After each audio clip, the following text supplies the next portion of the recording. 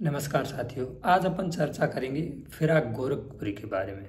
फिराक गोरखपुरी है ना, उर्दू और हिंदी के बहुत मशहूर शायर थे और नाम से ही पता चलता है कि उन्होंने उर्दू के क्षेत्र में बहुत कार्य किया है। और फिराक गोरखपुरी का नाम ही गोरखपुरी इसीलिए पड़ा क्योंकि गोरखपुर के ये रहने वाले थे, गोरखपुर यूपी के, और इनका जन्म हुआ था 28 अगस्त 1896 में गोरखपुर यूपी में। इनका मूल नाम है रघुपति शाह फिराक और ये 1917 में डिप्टी कलेक्ट्रेट पे पद पे आसीन हुए थे, 18 तक रहे थे। और 1920 का जो आंदोलन था उसमें भी उन्होंने भाग लिया था, इसके कारण इनको जेल भी जाना पड़ा था। और फिराक गोरखपुरी की रुबाइयाँ इतनी फेमस है कि इनकी प्रश्न वगैरह पूछते रहते हैं। प्रतियोगिता परीक्षाओं के लिए इम्पोर्टेंट है इनकी जो रचनाएं हैं, वो गुले नगमा बहुत ही फेमस इनकी रचना है, और है बज़्म जिंदगी, रंगे शायर यानी रंगे शायरी, उर्दू गज़ल गाई। और ये इनकी फेमस रचनाएं हैं और ज़्यादातर पूछी जाती हैं, गुले नगमा नेट वगैरह में पूछी जा चुकी है, तो अपने लिए ये इम्पोर्टेंट है।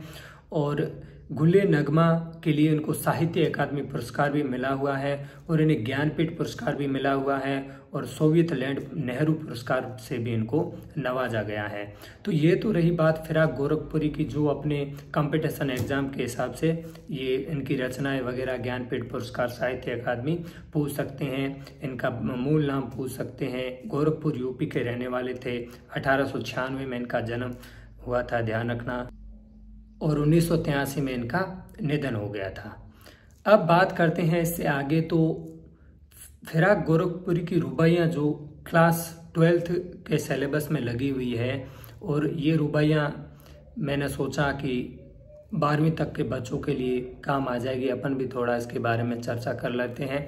विशेष रूप से 12वीं वाले विद्यार्थी अगर इसको देख रहे हैं तो वो अपने सामने पुस्तक को जरूर रखे ताकि वो आसानी से आत्मसात हो सके। सर्वप्रथम मैं ये बताना चाहता हूँ कि रुबाइयाँ है ना, इसका अर्थ क्या है। रुबाइयाँ हिंदी और उर्दू की क्या है, एक छंद है, लेखन शैली है। जिस प्रकार अपन दोहा वगैरह लिखते हैं वैसे ही लेखन शैली है रुबाइयाँ।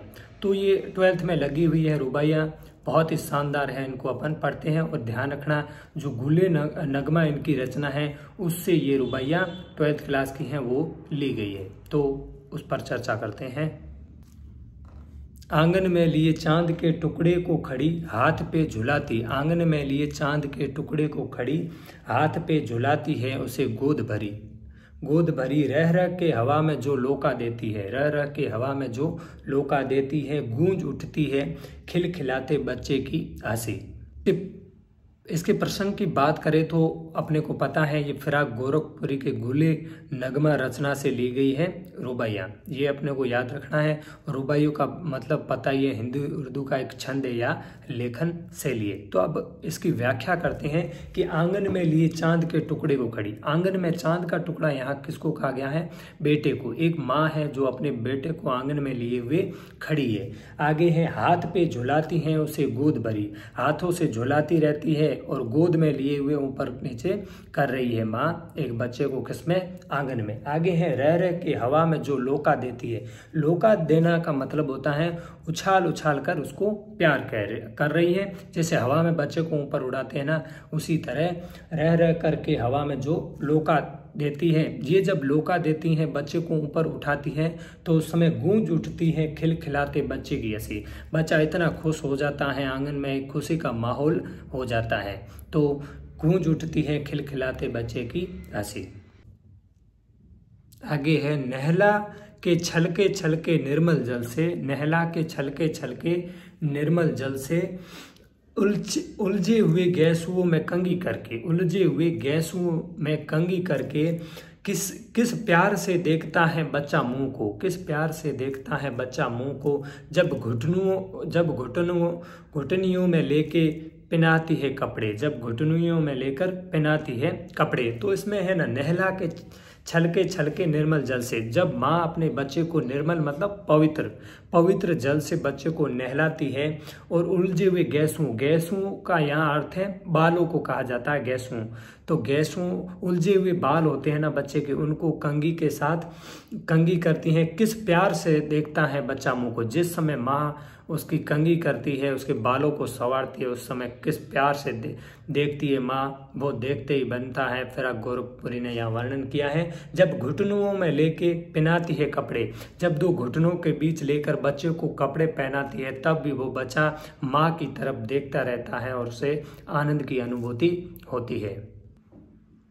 अगली है, दिवाली की शाम घर पुते और सजे। दिवाली की शाम घर पुते और सजे, चीनी के खिलौने जगमगाते लावे। चीनी के खिलौने जगमगाते लावे, वो रूपवती मुखड़े पे एक नरम दमक। वो रूपवती मुखड़े पे एक नरम दमक, बच्चे के घरौंदे में जलाती है दिए। बच्चों के घरौंदे में जलाती है दिए। तो इसका भावार्थ है, व्याख्या है, अर्थात दिवाली की शाम जब होती है, दिवाली के शाम का समय है, आपको पता ही है कि दिवाली से पहले क्या साफ सफाई होती है, एकदम घर को पूरा सजा लिया जाता है और उसके बाद जो शाम का दृश्य होता है उसको फिराक गोरखपुरी इंगित करते हुए कहते हैं कि दिवाली की शाम घर पुते और सजे। दिवाली की शाम होती है, उस समय घर को एकदम पोत लिया जाता है, इतना सजा हुआ संवरा हुआ दिखाई देता है कि, और उस समय चीनी के खिलौने जगमगाते लावे। जगमगाते लावे, चीनी के खिलौने बाजार से माता पिता अपने बच्चों के लिए लाते हैं।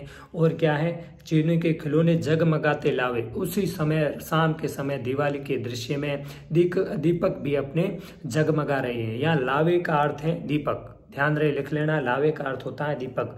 वो रूपवती मुखड़े पे एक नरम दमक। रूपमती मतलब मुखड़ा किसका, उस माँ का, बच्चे की माँ का मुखड़ा, एकदम सुंदर मुखड़ा चमक रहा है और उसके चेहरे पर एक प्रसन्नता का भाव है। दमक मतलब प्रसन्नता। बच्चे के घरौंदे में जलाती है दिए। बच्चा, जो घरौंदे कहते हैं बच्चों के छोटे छोटे मिट्टी के घर वगैरह बनाए हुए ना, उस बच्चे का जो घर बनाया हुआ है घरौंदा, उसके अंदर भी वो माँ दिया जलाती है, तो बच्चा बहुत ही खुश होता है और प्रसन्नता की और अग्रसर होता है। आगे है, आंगन में ठुनक रहा है जिद आया है, बालक तो है ही चांद पे ललचाया है। दर्पण उसे देख के कह रही है माँ, देख आईने में चांद उतर आया है। तो इसका भावार्थ फिराक गोरखपुरी कहते हैं कि आंगन में ठुनक रहा है जिद आया। बच्चा आंगन में ठुनक रहा है मतलब रो रहा है, एक रोने का भाव है। नकल रोना एक वास्तविक रोना नहीं है, एक नकली रोना है, दिखावटी रोना है, और बच्चा रो रहा है। रो रहा है, जिदियाया है, बालक तो है ही चांद पे लल। जिद इसीलिए कर रहा है क्योंकि बालक चांद पे ललचा रहा है। छोटे बच्चे होते हैं ना, उनको पता है कि माँ मुझे चांद चाहिए, उनको पता नहीं चांद बहुत दूर है, मिलेगा नहीं, फिर भी वो बच्चा जिद करता है कि मुझे चांद चाहिए। तो आगे है, दर्पण उसे दे के कह रही है माँ। दर्पण मतलब शीशा, शीशा दे के माँ कह रही है, शीशे को सामने रखती है और चांद दिखाती हैं, तो शीशे के अंदर चांद दिखाई दे जाता है।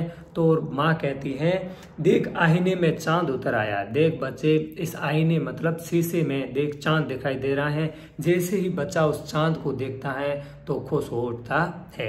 आगे गोरखपुरी कहते हैं, रक्षाबंधन की सुबह रस की पुतली छाई है घटा, गगन की हल्की हल्की बिजली की तरह चमक रहे हैं लच्छे, भाई के है बांधती चमकती राखी।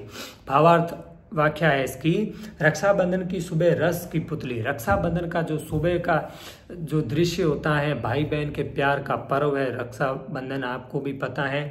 और उस समय जो आनंद की स्थिति होती है और उसमें जो गुड़िया है, गुड़िया मतलब होते हैं, पुतली मतलब होता है गुड़िया, नन्ही बालिका, वो एकदम मुस्कुरा रही है। छाई ये घटा गगन की हल्की हल्की। घटा मतलब जो बादलों का दृश्य है, घटाएं छाई हुई है, वो सुबह का समय है रक्षाबंधन का और बहुत ही शानदार मनोरम दृश्य है प्रकृति का।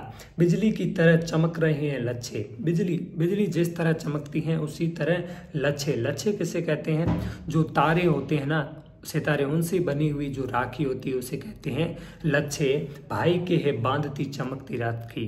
ये लच्छों भरी राखी बहन अपने भाई को बांधती है और रक्षाबंधन का पर्व बड़े हर्षोल्लास से मनाया जाता है। तो ये थी फिराक गोरख की रुबाइयाँ और उम्मीद नहीं पूर्ण विश्वास है आसानी से याद हो जाएगा। विशेष रूप से कक्षा 12वीं में पढ़ने वाले विद्यार्थी, उनके लिए फायदा होगा। धन्यवाद।